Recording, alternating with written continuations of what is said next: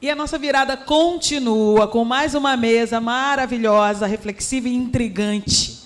A gente vai falar do fim da noite não existe. Nessa mesa, mergulhamos na madrugada como espaço de criação. Quando tudo silencia, a palavra encontra o seu caminho. A noite resiste, mas também renasce. Para essa mesa eu convido Truduá Rico. Cadê as palmas? Escritora e pesquisadora indígena, autora do texto do livro Eu Sou Macuxi e Outras Histórias. Sua voz abre caminhos para a ancestralidade e a literatura originária. Quero chamar também André Augustus Dias.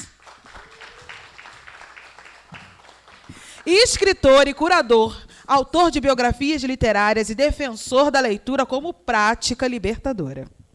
E, por último, mas não menos importante, José Manuel Diogo, curador deste encontro. Escritor, consultor internacional, colunista em vários veículos em países de língua portuguesa. Com trajetória entre Brasil e Portugal, José Manuel constrói pontes culturais e literárias entre os mundos lusófonos. E hoje, mais uma vez, abre esta mesa com a primeira palavra. Com vocês, o fim da noite não existe. Ai, nem o princípio. Bom dia, gente, bom dia a todos, bom dia por estarem vivos, bom dia por estarem aqui com a gente. A gente já virou a noite e falta metade ainda para da nossa conversa. Estamos mais ou menos no pino do sol, falando de que o fim da noite não existe. Essa é uma mesa, para mim, muito, muito especial, porque eu estou do lado de dois amigos que são companheiros de viagem. Eu vou falar um pouco primeiro do André. O André, que eu conheci ele se chamava André Dias. Ele hoje é um escritor que assina André Augustus Dias, com Z no fim, como está escrito ali. Ele é conselheiro da Associação Portugal-Brasil 200 anos, então ele faz com que eu me sinta também em casa aqui hoje. Tem ajudado muito na definição dos projetos da Casa da Cidadania da Língua e da Associação, que são a nossa casa-mãe, e a associação que é a organizadora, a curadora desse tão longe de casa, mas em casa, aqui em São Paulo. O André, ele teve na origem da definição do que é, esse ano, o moto da programação da Casa da Cidadania da Língua, que é a descolonização do patrimônio físico e intelectual, e que será o objeto ele estando presente aqui também, ele é o objeto do que vai ser o primeiro FLI Coimbra, dentro da Feira do Livro de Coimbra, onde os dois estarão presentes do dia 20 ao dia 29 de junho, e não há nada mais bonito do que poder fazer uma FLI, um festival literário de pensamento, na tão tradicionalista cidade de Coimbra, que eu amo, porque é a minha terra, mas tão retrógrada, tão enquistada e engessada às vezes. E esse projeto da Casa da Cidadania da Língua ter nascido lá por vontade do atual prefeito. E eu falei, tu é louco, cara, tu vai me trazer a mim para fazer uma coisa dentro dessa cidade que olha para mim de lado, de tudo que eu faço, com incômodo. E ele falou, é isso mesmo que eu quero, e a gente está fazendo isso, discutindo lá onde o Zé Murilo de Carvalho falava que foi feita a construção da ordem, a gente está tentando desconstruir um pouco isso. André, muito obrigado por tu ter fazer como parte dessa jornada que tem transformado a vida da gente. A Julie, que eu conheci Julie, que hoje é Truduá Rico. Eu falo do Rico porque ela praticamente habite en France. Ela é a parte mais, não que você não seja um todo, mas Eu com ela aprendi em Paracatu, em Itabira, nos festivais do Afonso Borges, que me trouxeram para esse mundo, me ensinaram muito de como até fazer festivais como esse aqui, me contactar com uma perplexidade que eu, nos 20 anos que venho morando no Brasil, eu tinha, que era a total transparência a que muitas das pessoas que eu conhecia, pessoas com relevância política, cultura, intelectual, votavam os povos indígenas. Agiam como se não existissem. E eu achava aquilo muito, muito interessante, porque mas como é que chama o rio? Como é que chama a cidade? Por que é que chama Anhangambá, Itaquera? E era como se aquilo que habitasse a vida de todos os dias não existisse. Até que, em 2019, quando a gente começa a fazer o projeto dos 200 anos, 200 livros, e a gente que me traz para dentro do mundo da cultura do Brasil, da literatura, que me faz falar com 200 pessoas intelectuais, para a gente encontrar nessas 200 pessoas esses 200 livros que contavam a história do Brasil. Aí acontece uma coisa extraordinária, que há 3 livros que ficam nos primeiros 3 lugares. A Carolina Maria de Jesus e o Quarto Despejo, os Grandes Sertões do Guimarães Rosa, mas, em terceiro lugar, A Queda do Céu. E eu fui ler A Queda do Céu e fiquei siderado. E então, como eu que achava que conhecia um pouco, eu sou um impostor, porque eu não conheço nada. E então a Trudruá, ela hoje é próxima, amiga, e tem me ajudado, porque a gente precisa ter outros olhos, a gente precisa ter outra clarividência, outra linguagem para poder entender tudo e poder colar tudo, a poder pelo menos estar disposto a entender. Depois, eu já vou passar a palavra para vocês, só que eu fiz essa mesa só para fazer essa fala, vocês sabem, né? Que eu sou vocês podem ver, né? Eu sou um homem branco, cis, europeu, e que que tenho tentado fazer um trabalho. Tem muitos europeus brancos, portugueses, que nem eu, que me xingam e têm discurso de ódio comigo, até só porque eu falo dessa forma aqui, para que vocês possam me entender, e não falo o meu perfeito português de Portugal. E eles pensam que esse cara é um traidor. Mas o que é certo é que, nesse movimento onde o mundo hoje habita esse mesmo lugar, e a gente no dia, e já vamos chegar à noite, que é hoje, quando todos moramos no mesmo tempo, esse movimento de reparação faz-se inelutável, e não há forma de não fazê-lo.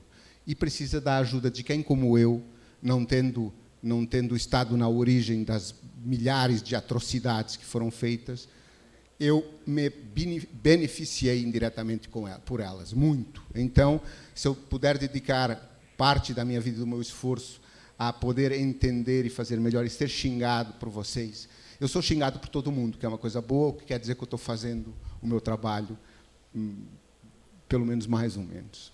Então, era isso. Gente, hoje aqui, estar com vocês em São Paulo é extraordinário. 2 autores extraordinários, jovens, que têm uma carreira internacional, que estão olhando o mundo nessa cidade. Essa cidade que é o centro da cidade, da cultura portuguesa, o centro da cultura de língua portuguesa, onde mais cultura se produz, onde mais diversidade existe, e onde, à noite, a primeira pergunta que vai para o André, não existe.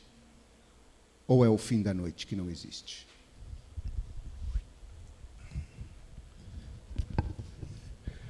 Bom, bom dia a todos e a todas, primeiramente. Quero agradecer ao Zé Manuel e a Tom Farias, né, pela parceria, pelo convite, mas, sobretudo, pela oportunidade de poder enfim, participar desses espaços, né, e, de certa maneira, colaborar com a diversidade de pensamentos, de impressões, de questões, né, diante de um mundo literário que sempre foi muito fechado, de certa maneira, né, e com conquistas, né, com pé na porta, muitas vezes, né, esse mundo vem sendo modificado. Para mim é uma honra e uma alegria estar com a Truduá, né, novamente em uma mesa, em um bate-papo. Disse a ela, antes de começar aqui, que eu sempre fico com frio na barriga, né, e é um desafio, enfim, partilhar com ela de um assunto, de uma questão, porque ela tem uma singularidade, né, bastante específica, né, para além da questão indígena que atravessa, mas uma intelectual, né, uma mulher com uma produção literária bastante significativa, uma atuação, e isso é um motivo de muita admiração da minha parte. Então, obrigado por poder, né, partilhar comigo mais uma mesa, e acho que isso é um sinal bacana desse olhar curatorial. Bom, eu coloquei aqui uma das minhas últimas publicações, que é um livro sobre o Mário de Andrade, que foi muito citado ontem, né, é uma biografia ilustrada, né, para jovens.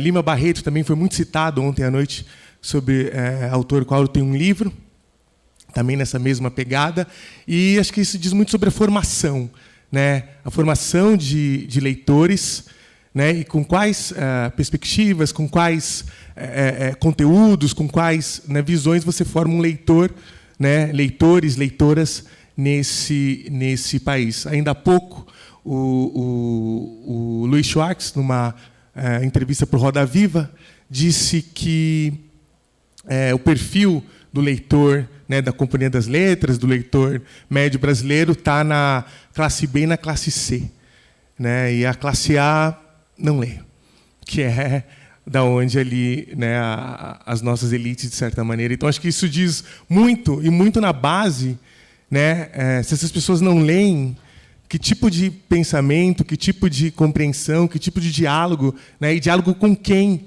esses grupos, né, estão fazendo. Então, acho que é fundamental a gente pensar, né, sobretudo no público jovem, evidentemente, não por uma ideia de futuro, que é muito presente aqui no Brasil, de certa maneira, o futuro do país, o futuro... Mas tem um aqui agora, né, de certa maneira, e como que a gente está fazendo esse aqui agora. O Karnal ontem ainda disse que não existe passado sem o presente, né? E é interessante porque ele fala dessa invenção e da relação de memória. Então, acho que a gente tem uma atuação muito oportuna para se fazer agora, sobretudo quando a gente fala em diversidade, né, e outros corpos, outras impressões, outros territórios, né, outros olhares e, evidentemente, outras formações. Eu quero encerrar aqui esse meu primeiro momento com um poema do Mário de Andrade, que faz jus à mesa, e esse poema chama-se São Paulo pela Noite. Né? Vou começar. São Paulo pela noite, meu espírito alerta, baila em festa e metrópole. São Paulo na manhã, meu coração aberto, dilui-se em corpos flácidos. São Paulo pela noite, o coração alçado se expande em luz sinfônica. São Paulo na manhã, o espírito cansado se arrasta em marchas fúnebres. São Paulo noite e dia. A forma do futuro define as alvoradas. Sou bom e tudo é glória. O crime do presente enoitece o arvoredo. Sou bom e tudo é cólera. Mário de Andrade, Poesias Completas. A relação... A relação da literatura, da cultura, da arte com a noite, né, assim, intrínseca. A meu ver, não existe uma sem a outra, né, de certa maneira. E nesse espírito aqui de uma virada cultural, né, de uma virada literária, que tem a noite como elemento central, porque senão não é uma virada, acho que ninguém melhor que o Mário de Andrade, nessa biblioteca que vai fazer 100 anos, para nos inspirar nesse sentido e entender que, do ponto de vista, né, da criação, do ponto de vista da fruição, do ponto de vista da experiência e do prazer, sobretudo, né, a noite não tem fim nesse sentido. É isso. Muito obrigado, André. Trudruá, a noite ela é muito diferente para os teus ancestrais do que é para você, do que é para a gente de hoje, para os urbanos citadinos. Há uma conexão, há um ponto de encontro. Moriwei, bom dia, gente. Obrigado a vocês dois pelas palavras muito generosas. É uma honra poder estar aqui fazendo história, né, demarcando essa virada literária com a literatura indígena, com a literatura da Amazônia do Norte. Então, eu realmente fico muito grata. E queria dizer que o André não falou assim, não foi tão bonitinho. Ele falou que eu sou muito perigosa, que ele tem medo de fazer mesa comigo, que eu vou criticar o Mário de Andrade, a nação, o país. Assim. A gente esteve junto no Felipe Petrópolis. Ele está assim, calma, André. Bom, sobre a noite, eu acho que a noite pode ser utilizada como muitas metáforas, né? No povo Macuxi, a gente tem muitas histórias de noite. E na noite tem muitos seres não humanos, os encantados, mas também tem os seres da floresta. E esses seres da floresta, eles têm implicação direta, né, com a vida. E eu queria falar de um gênero que é o gênero do terror, que é um gênero que está chegando cada vez mais no Brasil, publicado por autores indígenas dos Estados Unidos e do Canadá. Só que é um gênero que já está muito presente nas nossas narrativas, na nossa literatura. E a literatura indígena ela é muito conhecida como a literatura infanto-juvenil, né? Infantil e juvenil. E essas histórias elas estão presentes. Claro que elas estão editadas, né? Mas elas estão ali presentes. Mas aí tem uma citação de um autor que ele é assim um mestre, né, da literatura de terror. E ele fala assim, né, que essas histórias, as histórias de horror, elas são contadas à noite. E essas histórias de horror, elas vêm assim para te dar um frio na espinha, né, no teu corpo, ela te coloca em alerta. Mas esse medo, esse frio na espinha, é, na verdade, uma forma de você expandir sua experiência humana para que caibam novos acontecimentos, que são esses acontecimentos do medo, que vão te ensinar a relação com outros seres, né? E eu acho muito bonito isso, porque na cultura Macuxi, a minha mãe não gosta de contar histórias de dia. A minha mãe gosta de contar histórias à noite. O tempo da história, o tempo das muitas histórias é à noite. Então, a noite ela é muito especial por isso, porque é onde estão os mistérios, é onde está o sagrado, é onde está a floresta, né? É onde estão os deuses, os espíritos e os macuxis que estão aprendendo nessa relação direta com as plantas, com os animais, né? Com os rios. E não é uma coisa romântica, é uma coisa muito complexa, né? E aí eu, né, queria contar essa história de que eu e minha mãe começamos a escrever uma história a partir da noite. A gente tinha uma cama de elástico no lavrado, no quintal, e a gente levou lá para fora, assim, né? Estava olhando o céu, e nesse céu tinha como se fosse assim um aglomerado de nuvens. E eu e minha mãe olhando o céu, assim, estava tudo apagado, né? A gente desligou todas as luzes, estava olhando o céu do lavrado. Quem não conhece o céu de Roraima não vai conseguir talvez imaginar isso, mas é como se você tivesse com um manto, sabe, um manto de estrelas, porque o céu te engole, o céu te cobre. Você olha assim aquela infinitude e você vê o céu todo estrelado, especialmente se você estiver no interior. E aí eu e minha mãe a gente olhando o céu e aquele conjunto de nuvens. E essas nuvens, né? Minha mãe aponta e fala assim: esse é o Lago Pribri. Aí eu, é o quê? É o Lago Pribri. É o lago onde... E aí ela entra na história que, né, um macuxi de antigamente, um macuxi antepassado, chega em casa e aí não tem mulher nessa época no mundo. E aí, de repente, ele encontra uma damorida. Aí ele fala: quem fez essa damorida, né? Quem fez essa comida?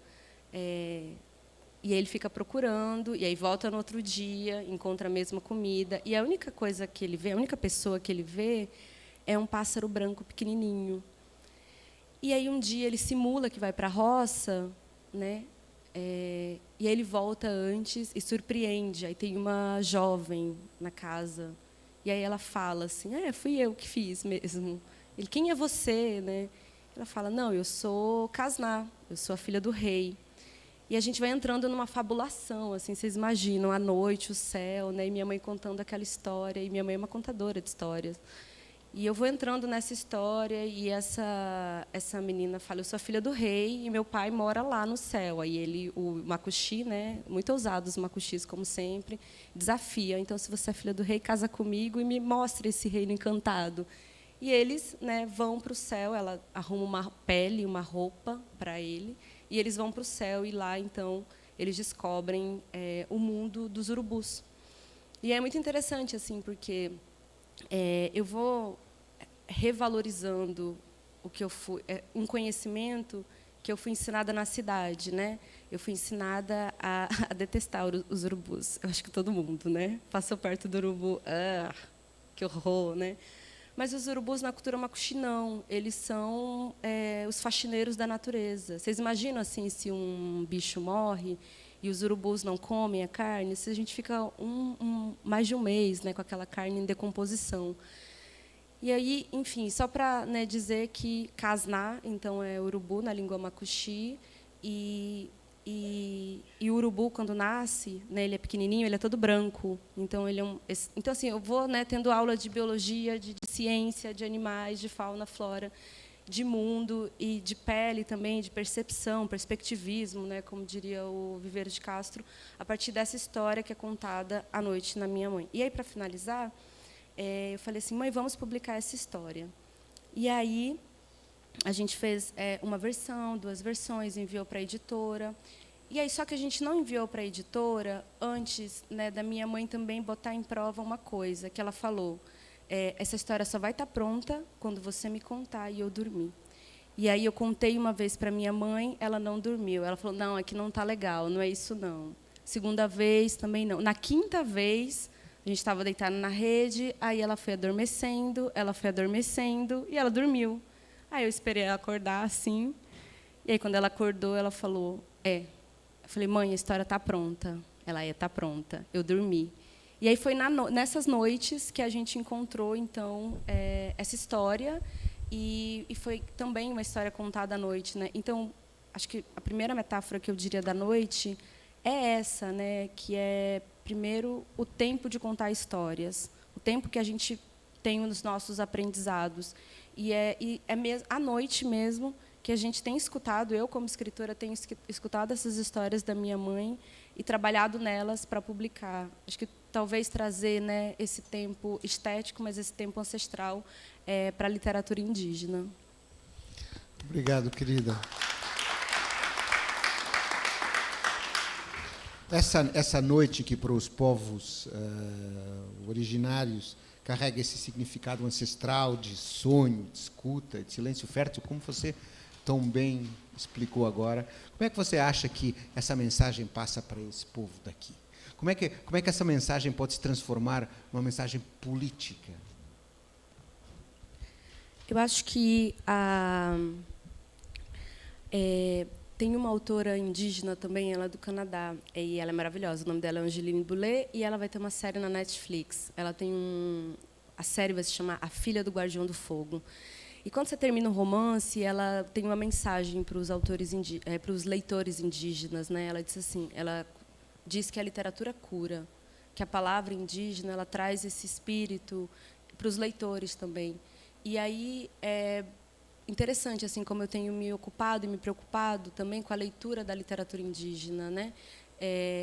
De como que o leitor está recebendo e também está sentindo ou não esse espírito, porque é um trabalho muito empenhado, é um trabalho que traz essa palavra antiga, a língua indígena, traz os valores indígenas. Então, evidentemente, você vai sentir, né, algo que é muito espiritual, ou pelo menos muito mais terno do que a literatura brasileira nos representa. E eu acho que, politicamente, isso tem uma outra implicação também, porque quando você tem contato com o texto indígena e você conhece uma outra estética, você conhece uma outra linguagem, muito mais humanizada, você vai entender que tudo aquilo que falaram sobre os povos indígenas no Brasil, ela não traduz a realidade indígena, né? Então, não traduz os povos, não traduz os territórios, não traduz a nossa presença hoje. E aí, né, aproveitando aqui para lembrar Todo mundo aqui conhece Macunaíma. Vou presumir que todo mundo conhece Macunaíma, né? Aí eu vou ler um poema para vocês aqui, tá bom? Se chama Erro de Português. Foi uma coisa que eu disse, né? Macunaíma, inconformado, correu lavrado e foi para São Paulo dar aula de gramática. Repitam comigo. É Macunaíma. É para a gente repetir pra mesmo? Gente então repetir, vá. vamos. É Macunaíma. De novo, mais uma vez? Que lindo, obrigada. Macunaíma é o criador do povo Macuxi, né? E o povo Macuxi está vivo ainda, estava vivo, foi o grande impulsionador da criação do ícone nacionalista que é Macunaíma. O povo Pemon, né, de onde saíram as narrativas, que são o Taurepang e Macuxi, estão aí ainda no Brasil, mas vocês não conhecem o povo Macuxi, o povo Taurepang, Roraima, a partir da obra do Macunaíma.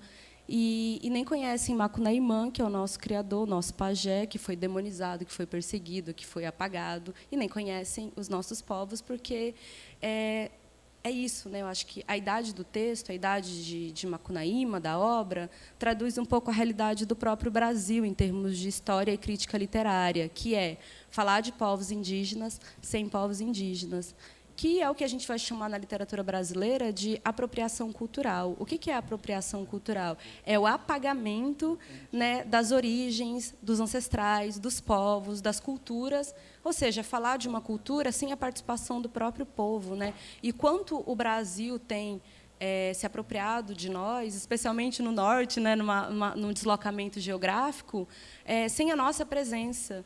Então, aqui eu estou de caprichoso, trazendo uma obra do norte, para dizer, gente, a cultura está pulsando também na região norte do Brasil, né? E olha só, a gente está falando de povos ancestrais, a gente está falando de Macunaíma, falando do povo Macuxi, que ainda tem viva a língua de tronco linguístico caribe, que tem a própria comida, que é a damorida, que tem as danças, que são as parixaras, e um movimento de resistência, de proteção territorial ancestral, que se estende até para além do Brasil, né, porque engloba ali Guiana e Venezuela. E aí, nesses diálogos, né, e aí eu não estou dizendo, vamos queimar os livros do Macunaíma, vamos destruir a memória do Mário de Andrade. Nem acabar com os portugueses. Nem acabar com os portugueses da Guiana brasileira. Desculpa, Diogo. Estou falando para a gente colocar em perspectiva realmente uma literatura que faça sentido no nosso tempo, que é a gente lê Macunaíma, se inspira com a sua linguagem. O meu primeiro livro traz um pouco, recupera um pouco essa linguagem do Mário de Andrade, porque eu acho ela muito interessante, que fazia sentido para a voz narrativa. Mas que hoje, na leitura e no ensino da sala de aula, traduz só uma visão de Brasil que já não traduz mais o Brasil. Porque o Brasil hoje, gente, 274 povos indígenas, povos ciganos, povos quilombolas, povos étnicos, raciais, uma população negra imensa no Brasil que tem contestado uma literatura que possa traduzir, né, o nosso corpo nesses espaços. E eu acho que é isso. A literatura brasileira, a literatura indígena vem democratizar a literatura brasileira. E eu acho que essa é a riqueza do nosso tempo, não é? Acho que não poderia ser diferente também. Pode repetir? É verdade. A literatura indígena vem democratizar a literatura do Brasil. Esse processo desse...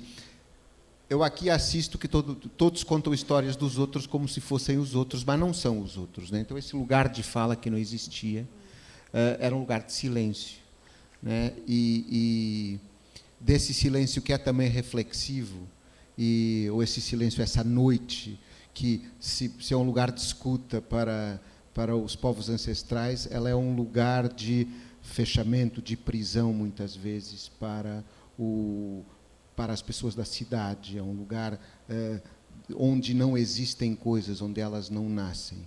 Outro silêncio. Você acha que esse teu trabalho, André, de recuperar escritores que, sendo negros, às vezes são apresentados como brancos, foram apagados, esse teu trabalho ele também é uma luta contra o silêncio e de poder trazer uma leitura diferente, para poder chamar a atenção para outra coisa que as pessoas não estão olhando? Primeiramente, eu penso que o silêncio é diferente do silenciamento, né? Acho que esse é o ponto. O silêncio faz parte da vida, né? A reclusão, a introspecção, né? O momento de si, o momento de autoescuta, né? O momento de retiro, enfim, acho que a gente tem muitas nomenclaturas para entender a importância, mesmo da solidão, mesmo do, né?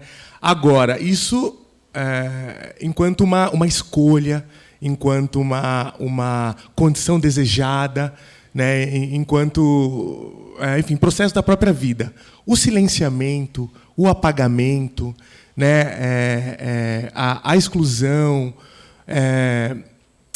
se encaixa, de certa maneira, nas relações de dominação estabelecidas, né? E a gente pode levar isso para vários lugares, mas quando a gente fala de marcadores sociais, ou quando a gente racializa a questão, né, a gente tem que recorrer aos recursos históricos, aos recursos políticos, e, evidentemente, né, contextualizar um país como o nosso, né, a formação desse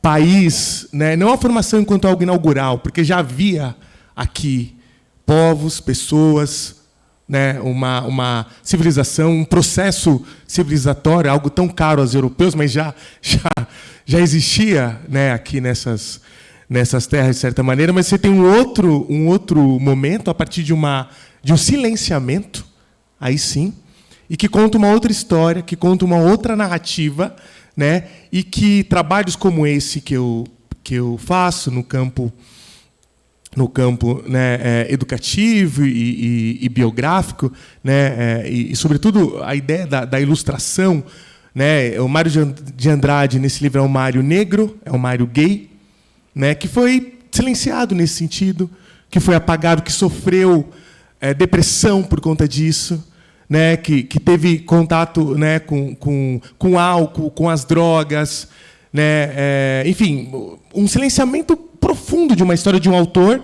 que até pouco tempo, enfim, não podia se dizer, né, que era gay, não podia se dizer da sua negritude, o quanto que ele, para permanecer em determinado grupo social, com determinado status, né, na sua época, não digo que silenciou, porque ele confessava isso a grandes amigos, como Manuel Bandeira, por exemplo, né? Mas o Moacir Werneck, que escreveu um texto dele sobre o exílio no Rio, mas que teve que encontrar algum recurso dentro do sofrimento para lidar com essa opressão social. Então, eu acho que o silêncio ele é muito bem-vindo, né, enquanto esse processo íntimo de escolha, de desejo de se refazer, de se reinventar, né, de certa maneira, isso é fundamental para nós, algo que em São Paulo é bastante difícil, né, a cidade que nunca dorme, como você disse agora há pouco no seu processo de vinda para São Paulo. Que não sou eu que digo, é óbvio. Né, enquanto a sua experiência, e que as pessoas não se escutam, as pessoas não se falam, né? Foi dito aqui ainda numa mesa a questão de você poder olhar, mas ao mesmo tempo você não existe. Se não existir na cidade, para mim tem muito a ver com isso, quando não é uma escolha, né? Então eu acho que o silêncio é muito importante, né? E o silenciamento, né, a imposição é que a gente precisa, de fato, né, mudar e rever. É isso. Bem, não sei. Da janela do meu apartamento, em Portugal a gente fala casa, não importa para que lugar, né? Aqui em São Paulo, quando a gente fala casa, quer dizer que a gente tem uma moradia, que é o que a gente fala de casa lá. Aqui no meu apartamento pequeno de 60 metros quadrados, há um ruído que não termina nunca, né? Que eu, às vezes, tento disfarçar de vida, mas que muitas vezes é só ruído. André, eu vou fazer assim, um zigue-zague. O que é ruído? Ou como é que, para nós que moramos no meio da muvuca generalizada da cidade que não dorme, como é que você faz para se abstrair, ter o teu silêncio, poder enxergar as pessoas nessa cidade anônima, que vive de ser anônima e, por isso, talvez com algum cinismo, ela adopte todos, porque ela não dá rosto para ninguém, ela tira. Mas como encontrar as coisas que são tão caras e felizes, como o amor, a amizade, numa terra que não te olha para não te ver?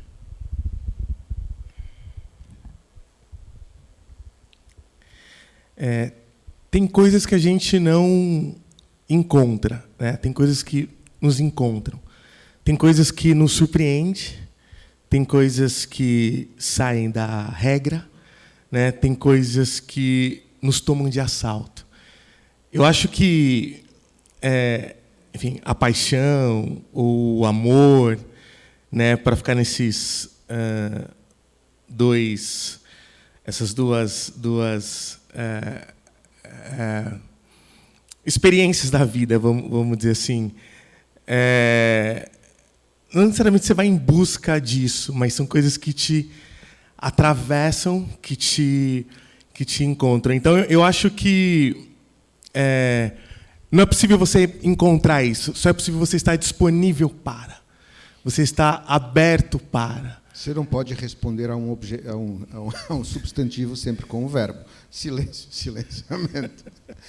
Na verdade, isso é que nessa cidade de todo eu ontem falava assim, eu nasci numa cidade pequena, na fronteira com a Espanha, e fui ver o mar quando eu tinha 12 anos. Nunca tinha visto o mar e morava a 100 quilômetros do mar.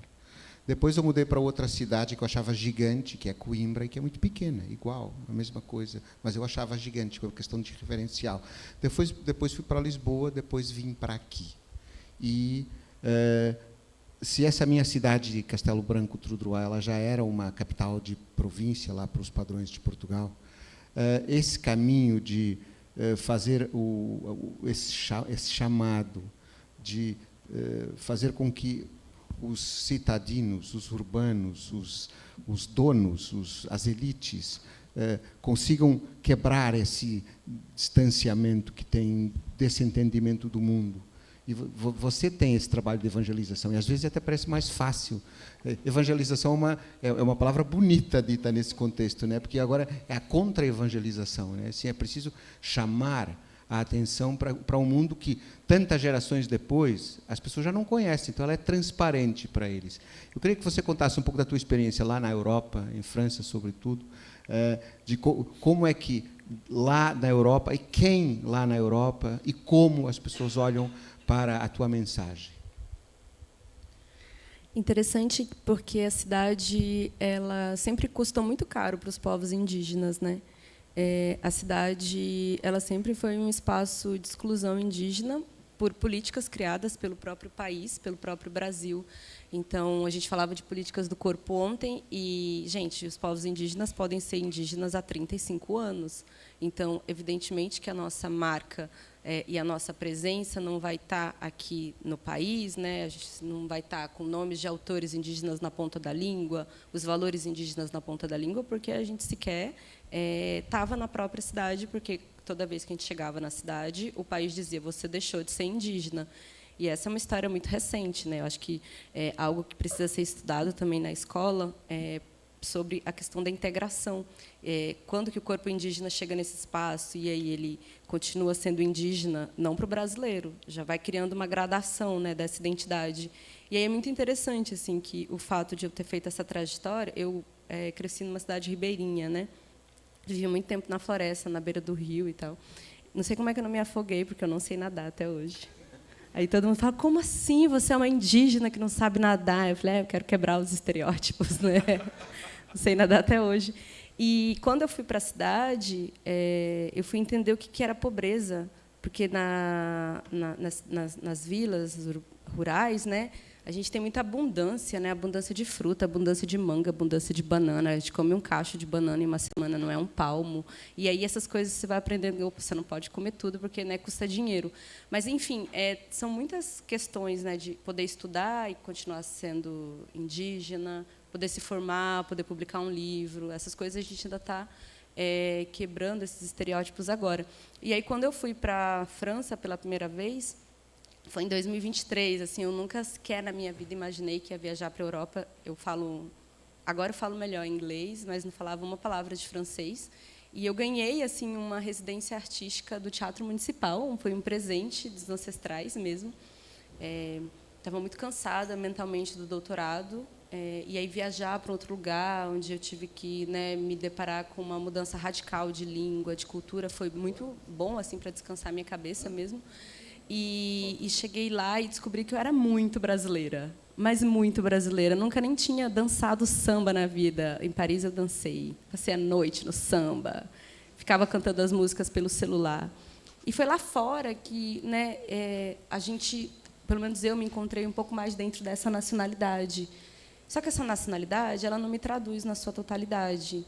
E aí eu estava num ambiente artístico, no Cité International des Arts, e foi interessante, assim, porque daí eu tive tempo, inclusive, para estudar um pouco mais sobre a própria história do meu estado. Então, tem uma literatura muito rica do Conselho Indígena de Roraima, que fala sobre os povos indígenas, né?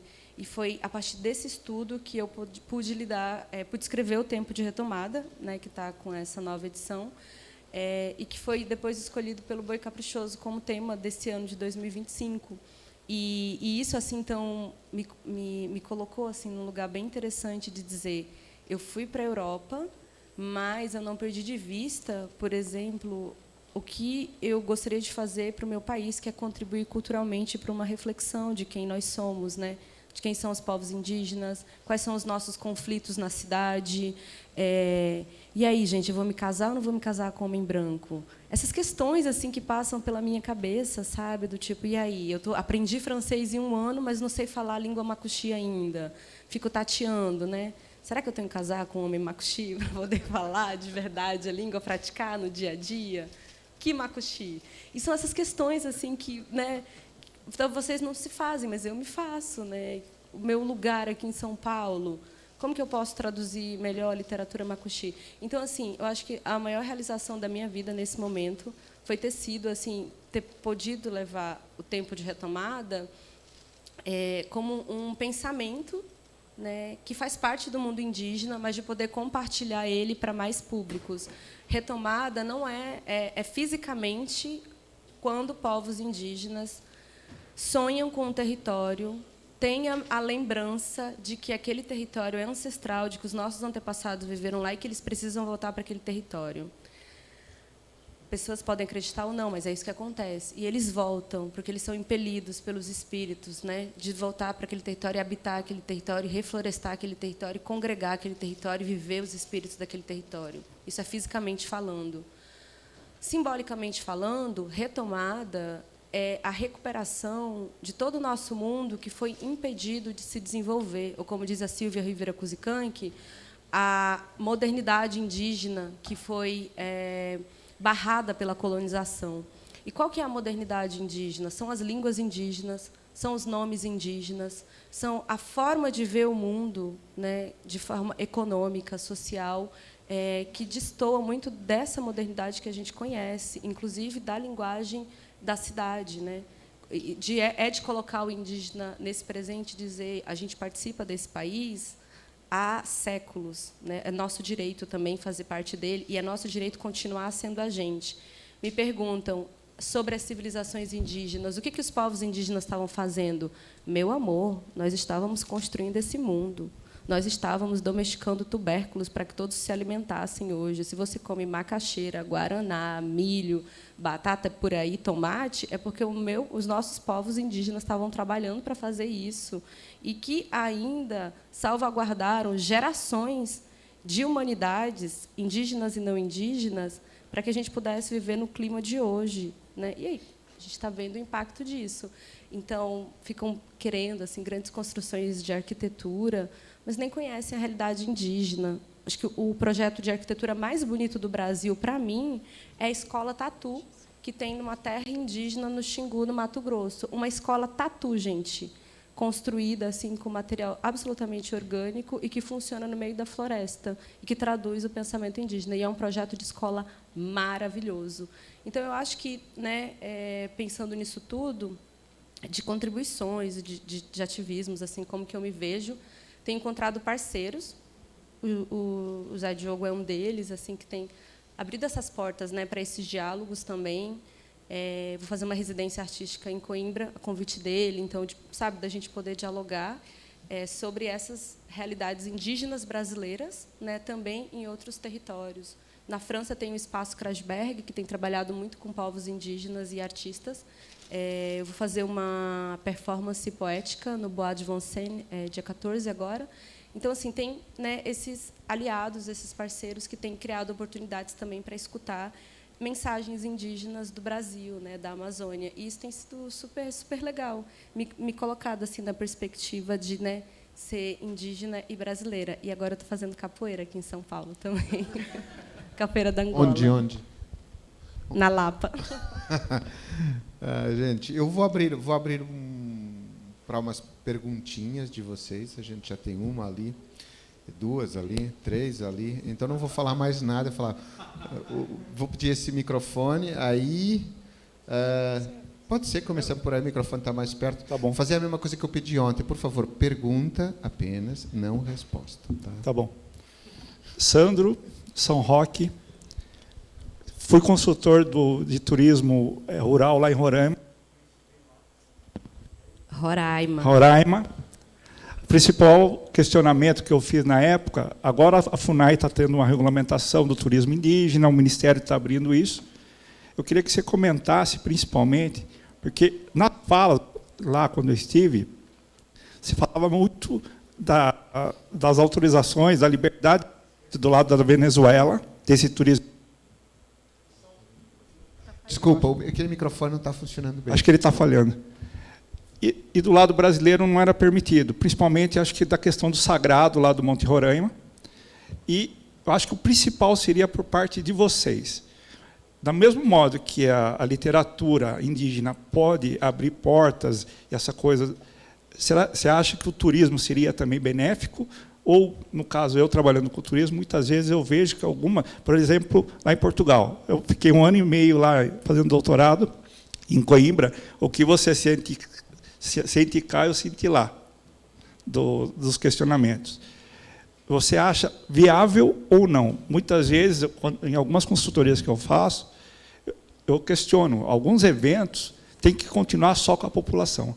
Por exemplo, a Noite de São João no Porto. Está chegando um ponto virou um boom turístico que está atrapalhando a identidade do próprio evento lá. Então, eu queria, por suas palavras, o que você acha, se é benéfico ou não o turismo indígena nas comunidades lá. Pode responder. Tá. Nós temos uma comunidade que é na terra indígena Raposa Serra do Sol, que tem feito várias formações com o SEBRAE, se eu não me engano, essas comunidades têm feito assim um trabalho muito lindo de turismo, de formação de turismo, de troca de intercâmbio de turismo com povos do Mato Grosso também e do Amazonas. Então, é um foco no turismo indígena. E também tem na comunidade Cauê, inclusive, que eles estão produzindo café, gente. Eu tomei em Paris assim, um café muito gostoso, né? Aí voltei para Roraima, eu tomei um igualmente gostoso. Eu falei, meu Deus, de Paris para Boa Vista, de Paris para o Monte Roraima, os cafés assim top de qualidade, que é uma produção muito, muito cuidadosa.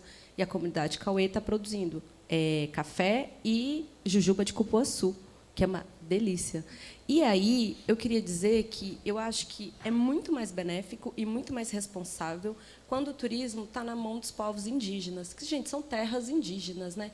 Onde tem o sagrado. E aí tem uma região lá no monte que tem um lago que é maravilhoso, assim, que você vê, você quer nadar. Mas você não pode, meu amor, sabe por quê? Porque você vai morrer. Você não Não, sabe. eu porque eu não sei. Mas porque você não pode, porque se você nadar lá, você vai adoecer e você vai morrer. E os macuxi sabem há séculos por que não pode nadar naquele lago. Então, isso é de uma responsabilidade social também, né? Tem lugares assim que eles chamam na região de Olhos de Macunaímã, que são poços d'água. Que você entrou, você está amaldiçoado, meu amigo.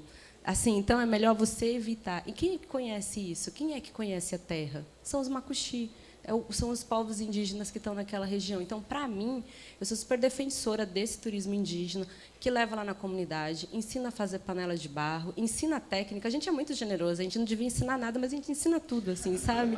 Ensina a panela de barro, ensina como cozinhar, como que faz para ela não quebrar, que mulher menstruada não pode chegar perto do barro, senão vai dar ruim. E vai ensinando tudo, tudo. E aí, isso, tipo, para mim, é uma riqueza, só que não é tipo, 100%, né? E aí, só para, né, talvez estimular vocês a irem a Roraima, que o convite já está feito para o Tom e para a Joana. Gente, as águas de Roraima são quentes, tá? A gente não tem mar, a gente tem rio e vários banhos.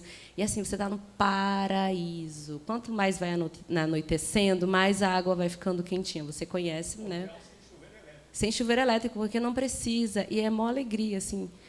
Terapia, não é terapia, mas é terapêutico, né? E eu super convido vocês então a conhecerem também essa realidade. E, se possível, comprar pacotes de turismo com esses povos indígenas para evitar ser amaldiçoado.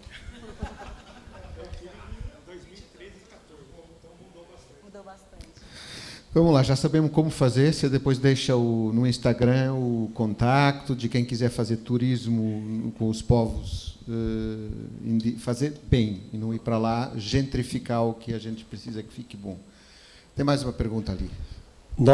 Eu acompanhei algumas mesas ontem e a temática da inclusão, exclusão, ainda mais nessa selva que é São Paulo, apareceu em várias delas. Eu senti assim muitas das discussões, de certa forma, excluindo a questão do indígena das discussões. Nós comentávamos ainda há pouco em relação aos corpos, em relação a várias outras discussões. E uma fala muito interessante do professor Eugênio, viu? Não é Eugênio, é Eugênio. O professor Eugênio, da USP, comentou que ele acredita que as cotas nas universidades serão um diferencial incrível em relação a isso. Eu sinto ainda talvez uma dificuldade com a questão indígena, que é muito complexa, mas talvez em relação aos pretos isso está evoluindo a passos mais largos. Só queria ouvir vocês dois em relação a isso, dessa transformação na nossa sociedade devido a essa ação que marcou o país em relação às cotas. Ora, aí está uma pergunta bem universitária. Vamos lá. Eu não sei se eu tinha que me apresentar, não. Eu né? acho que era razoável.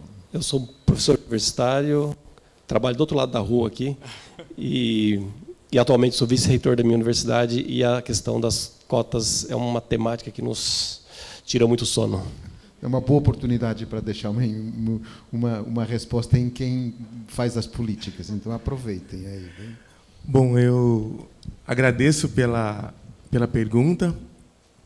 Eu acho que as ações afirmativas, de modo geral, né, entendendo que as cotas não são a única ação afirmativa, né, com relação à questão da exclusão, mas acho que também tem uma palavra que é muito importante, que chama-se reparação, que talvez ainda não esteja ali, não esteja, enfim, na sua plenitude, na compreensão do que isso significa para os povos, né, que foram escravizados nesse país. Entendo que esse processo é revolucionário, né, se você entender há pouco mais de 20 anos, né, ou seja, depois de uma geração, quase uma geração, o que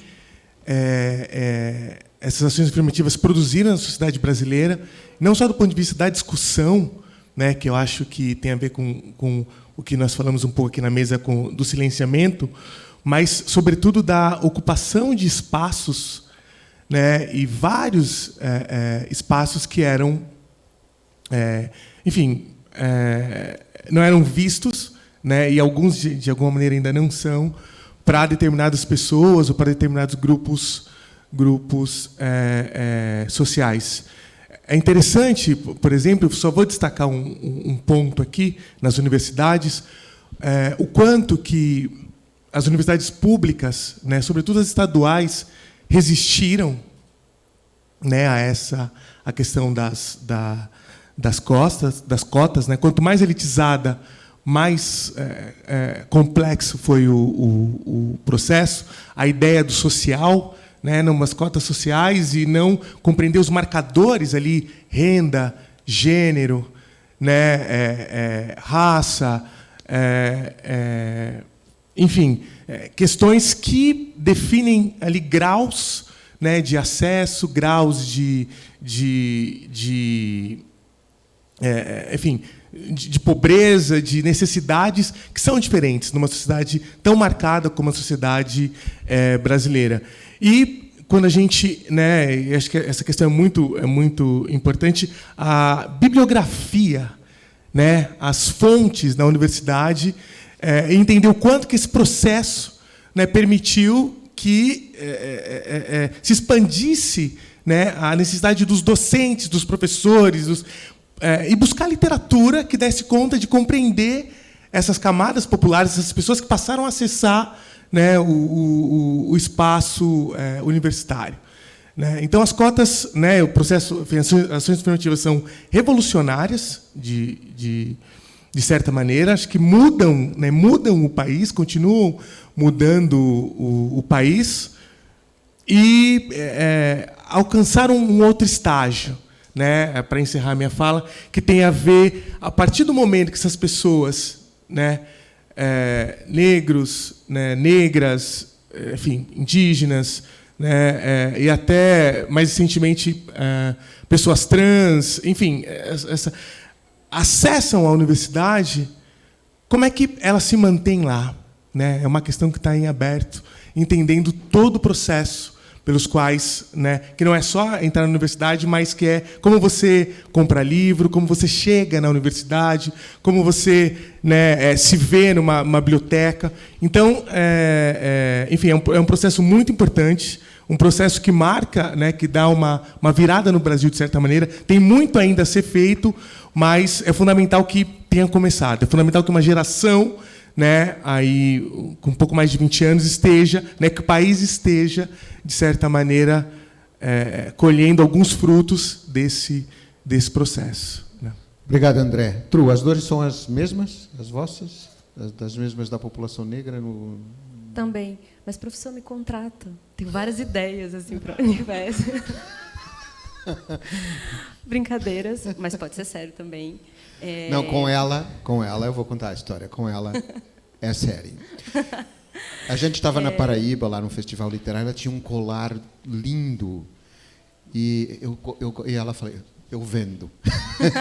Então, hoje é da minha filha e ela adora. Então, mas porque você vê, às vezes a gente fica muito é o comércio indígena, nas encolhas, gente, como se fala em Portugal. Né? Podia ser. Não, ela faz assim. É isso. Mas as cotas, né, elas têm permitido a entrada indígena nas universidades, e com a entrada indígena também uma questão crucial, que é pensar como que a universidade está recebendo esses indígenas e também está mudando seus currículos, incluindo professores no corpo docente, que é uma realidade assim muito precária no Brasil. Eu conheço talvez menos de 10 professores indígenas em universidades públicas. Talvez não tenha um mapa atualizado, né? O professor Gerson Baniwa, Edson Caiapó, Graça Graúna, mas assim, você vai contando nos dedos quem são os professores indígenas, né? E aí eu vi até recentemente uma postagem da Célia Chacriabá falando sobre a inclusão de cotas, né, para professores docentes na universidade, no ensino superior.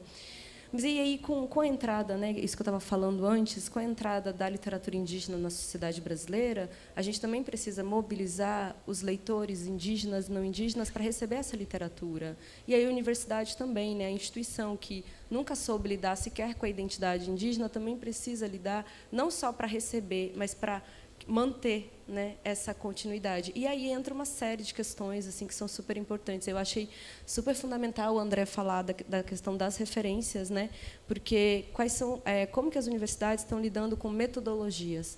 E essa é uma questão muito, muito debatida, né, na nossa área da pesquisa, que é para a gente não repetir um padrão eurocêntrico, e de como que está lidando com as metodologias indígenas, se está usando autores indígenas, intelectuais indígenas, conhece ou não conhece. Mas, em termos práticos, é isso. Né?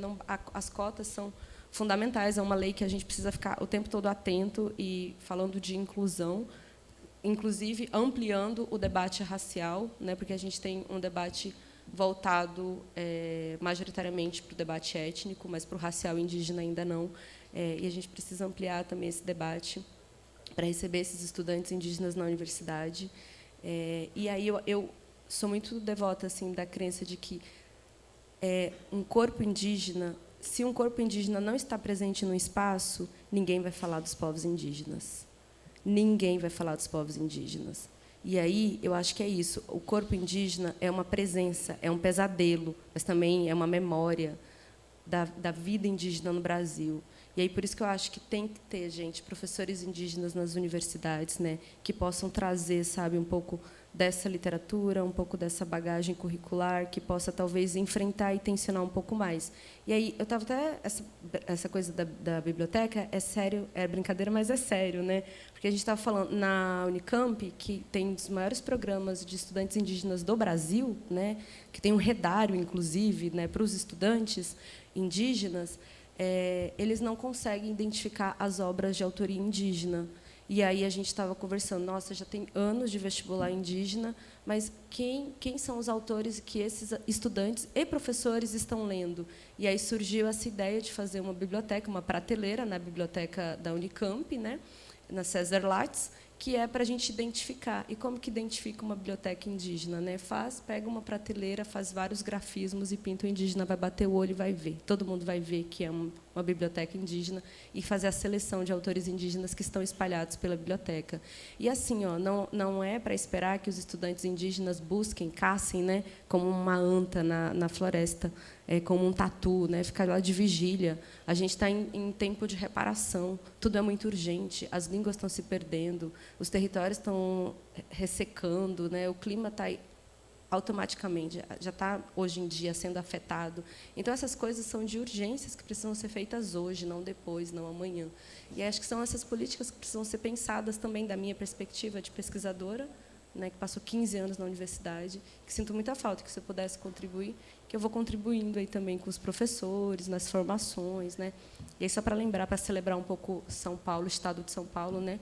Campinas tem, gente, uma formação étnico-racial para a rede básica o ano inteiro. Então, assim, eu estou participando de um programa que se chama MIPID. Então, desde 2023, eles me chamam para formações para dar aula para os professores da rede básica. E ela é indígena, ela é cigana, ela é negra, e ela tem aí um acompanhamento também para preparar esses professores para esse debate, né? Então, né, a universidade precisa conversar com a comunidade. E eu acho que essa é uma maneira também de conversar. Universidade, secretarias de educação, né, possam também formar os professores de base. Muito obrigado. Viu? Marco Aurélio, você tinha uma perguntinha para fazer? Ainda tem? Aí está.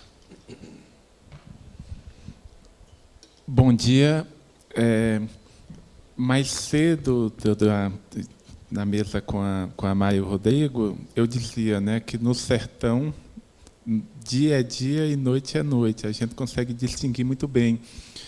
E tem uma adenda que eu acho que é oportuna, porque você falou que sua mãe só conta história de noite. Não é à noite, é de noite. E você falou também desse céu que é a boca da noite, né? E o sol, na verdade, é um parto, né? O romper d'alva. Então, o sol entra na barriga da noite e sai, né, desse mesmo ventre da noite. E o nosso Mário de Andrade, no Macunaíma, ele cunhou uma frase, na verdade, de domínio popular: quem conta história de dia, cria rabo de cutia. É mais uma coincidência. Mas a pergunta, você é uma estudiosa também da produção indígena, e os teus artigos no UOL, né? Não sei se você ainda escreve para o UOL, mas eu sempre acompanhava, e esse esforço mesmo de visibilizar essa produção. Mas no século XIX, a gente tem um autor de ascendência indígena, e que de muito prestígio naquele tempo, mas marcado também por conta dessa ascendência, que é o Gonçalves Dias, autor, inclusive, de uma gramática tupi.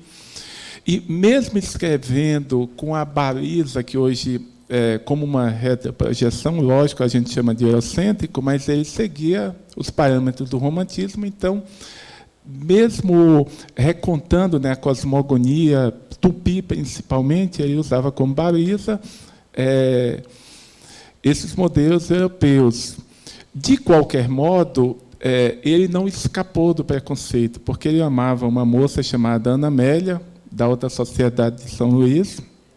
Ele é maranhense, e não se casou justamente porque a família não permitiu que a moça se casasse com um, abre aspas, índio, fecha aspas.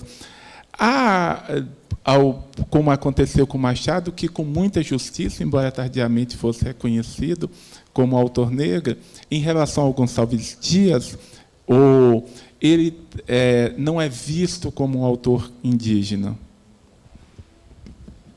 Obrigado.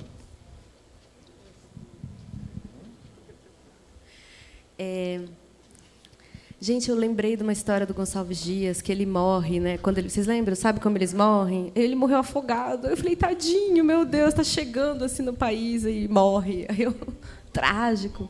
Morreu num naufrágio. Vocês sabiam disso? Eu fiquei chocada quando descobri.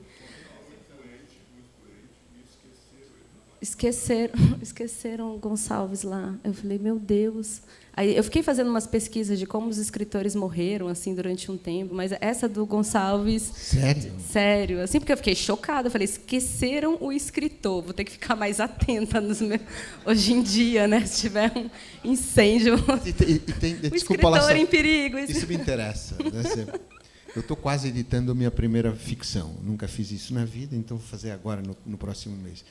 Então, isso abre todo um capítulo de possibilidades de morte para mim, né? Então... Eu acho que a gente tem que tomar cuidado, Diogo, assim, né? Vamos nos esquecer. Enfim. Mas a história do Gonçalves Dias e a sua poesia, né? Ela foi analisada pelo... Como é que é? Do autor do Textos e Tribos, né? Que se mostrou um grande racista depois. Ai, meu Deus. E aí ele vai falando, né, um pouco dessa generalização que o Gonçalves Dias utiliza para falar de povos indígenas do seu poema. Então, tipo, confunde povos, confunde troncos, né? Então, não vai traduzindo exatamente o mundo indígena. E aí, como você explicou, que né, de um viés nacionalista, de um viés brasileiro, não comprometido com povos indígenas. E aí é muito interessante que, quando a gente vai estudar literatura brasileira, veja, a gente não consegue recuperar autores com ascendência indígena ou com identidade indígena. Mas sabe quem fez isso? O Brasil. São as políticas brasileiras, desde lá o início, né? E aí eu acho que a Manuela Carneiro da Cunha ela apontou isso muito bem, né?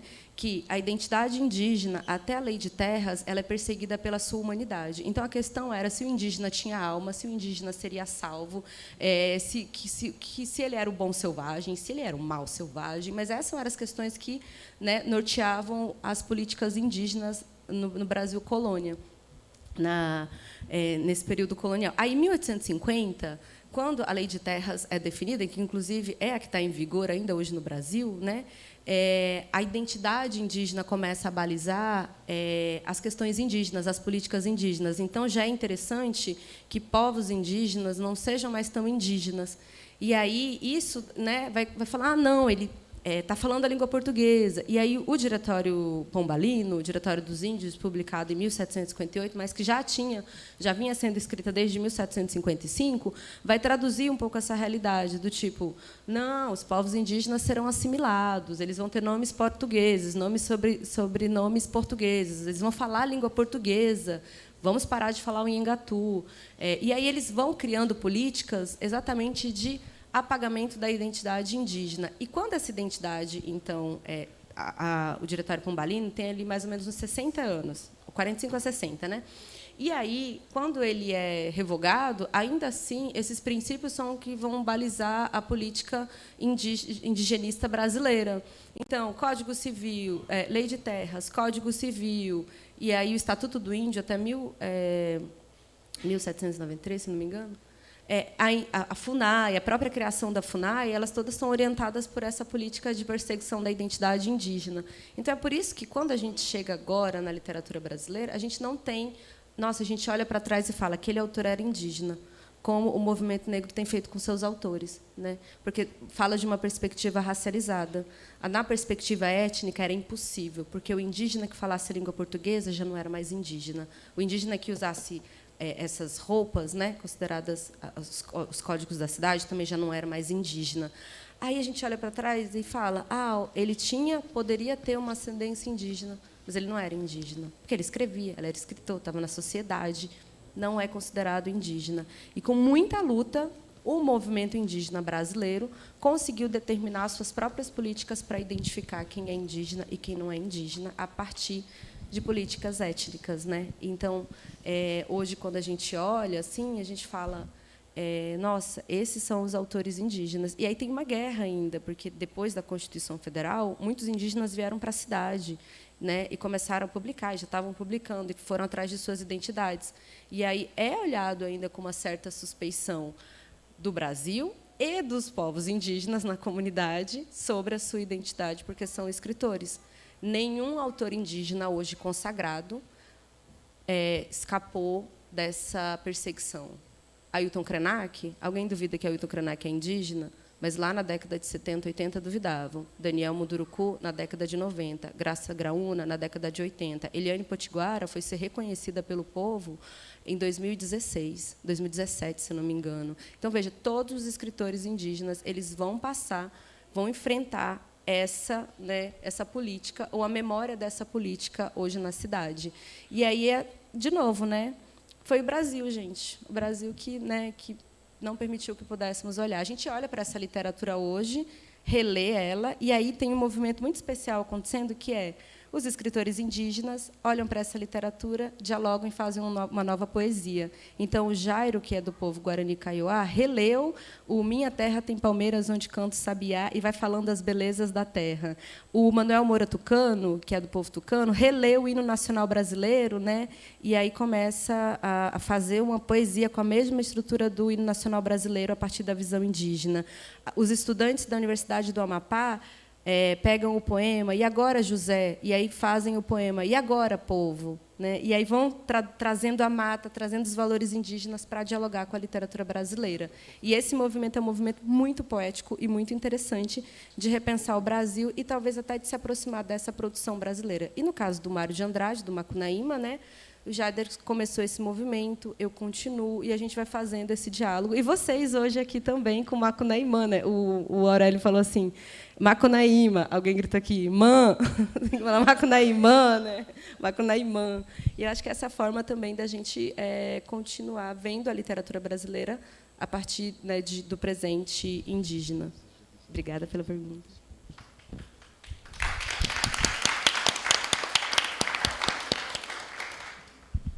O André deseja dizer alguma coisa em 30 segundos.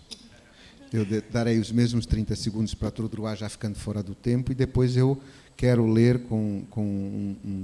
nos meus 30 segundos um texto pequenino que eu tenho aqui.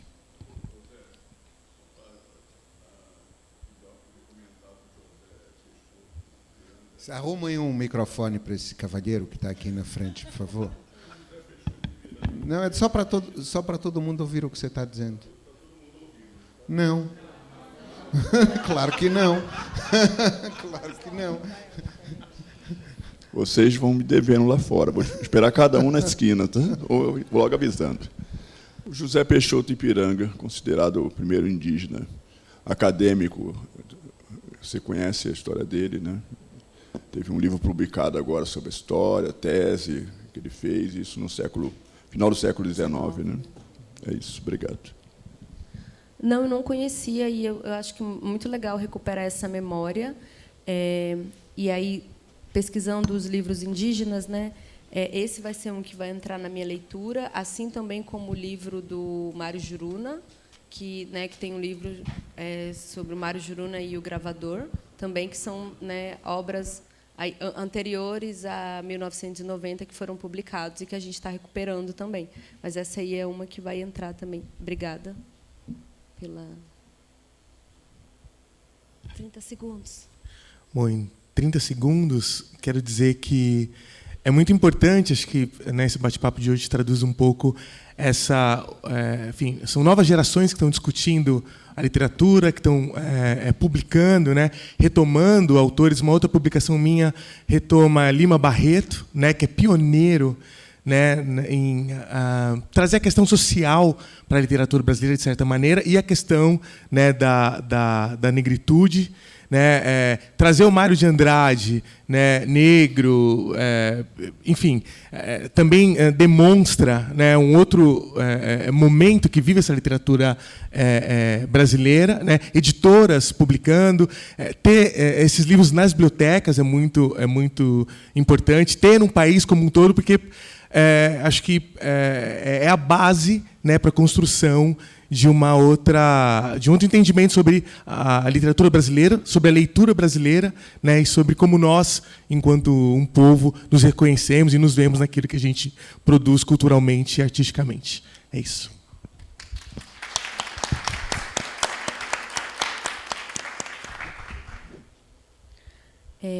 Quero ressaltar que é uma honra para mim estar aqui nesse espaço, nesse momento histórico. Agradecer ao Tom e ao Zé Diogo pelo convite.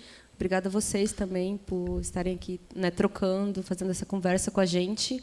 E queria convidar vocês a conhecer as minhas obras, conhecerem a literatura que eu produzo, e também um projeto que eu tenho, que é o Leia Mulheres Indígenas, em que eu busco divulgar a produção autoral feminina indígena do Brasil, e, né, conhecer um pouco também, estudar um pouco a teoria da literatura indígena. Eu acho que ela tem, assim, tem uma demanda urgente, né, para ser conhecida e para ser compartilhada. Eu escrevi um artigo para o CPF Sesc, que se chama A Fortuna Crítica da Exclusão, em que, né, lê Macunaíma, Mário de Andrade, a partir da perspectiva da literatura indígena. Esse é um artigo que está online, então todo mundo pode baixar, quem se interessar, né, já que estamos aqui nessa casa. Podem ler o artigo e comentar comigo depois, assim, brigar um pouquinho, né, André? E é isso. Obrigada, gente. Obrigado.